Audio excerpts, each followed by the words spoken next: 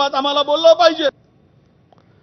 पूर्वेश सरनाईकांनी आयोजित केलेल्या pro Govinda league स्पर्धेला रॅपिडो कंपनीकडून वस्तू स्वरूपात 10 कोटींची स्पॉन्सरशिप मिळाली असा आरोप रोहित पवारांनी केला।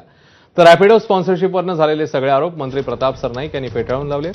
गेल्या 3 वर्षांपासून त्यांची स्पॉन्सरशिप आहे, तरी अनधिकृत बाईक टॅक्सी चालवतात म्हणून आम्ही कंपनीच्या डायरेक्टरवर गुन्हे दाखल केले। स्पॉन्सर्स आहेत म्हणून त्यांना माफ केलेलं नाही असं सरनाईक म्हणतात। तर रोहित पवारांना कोणते क्रिकेट स्पॉन्सर्स आहेत हे मी सुद्धा सांगू शकतो असंही त्यांनी सांगितलं।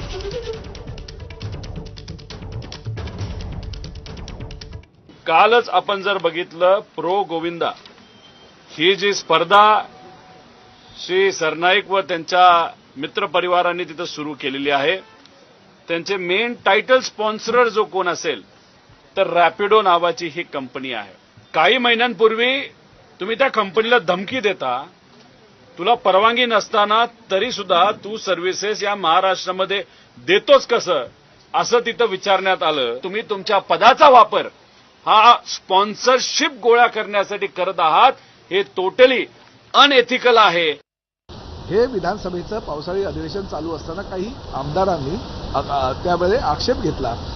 विरोधी पक्षनेते विधान परिषदेचे दानवे आहेत, त्यांनी आक्षेप घेतला आणि म्हणून मी हा विचार केला की रॅपिडो, ओला, उबेर ह्या जर काही संस्था ज्या आहेत त्या जर बेकायदेशीर प्रकारे वाहन जर चालवत असतील तर त्यांच्यावर परिवहन मंत्री म्हणून कायदेशीर कारवाई करायला पाहिजे।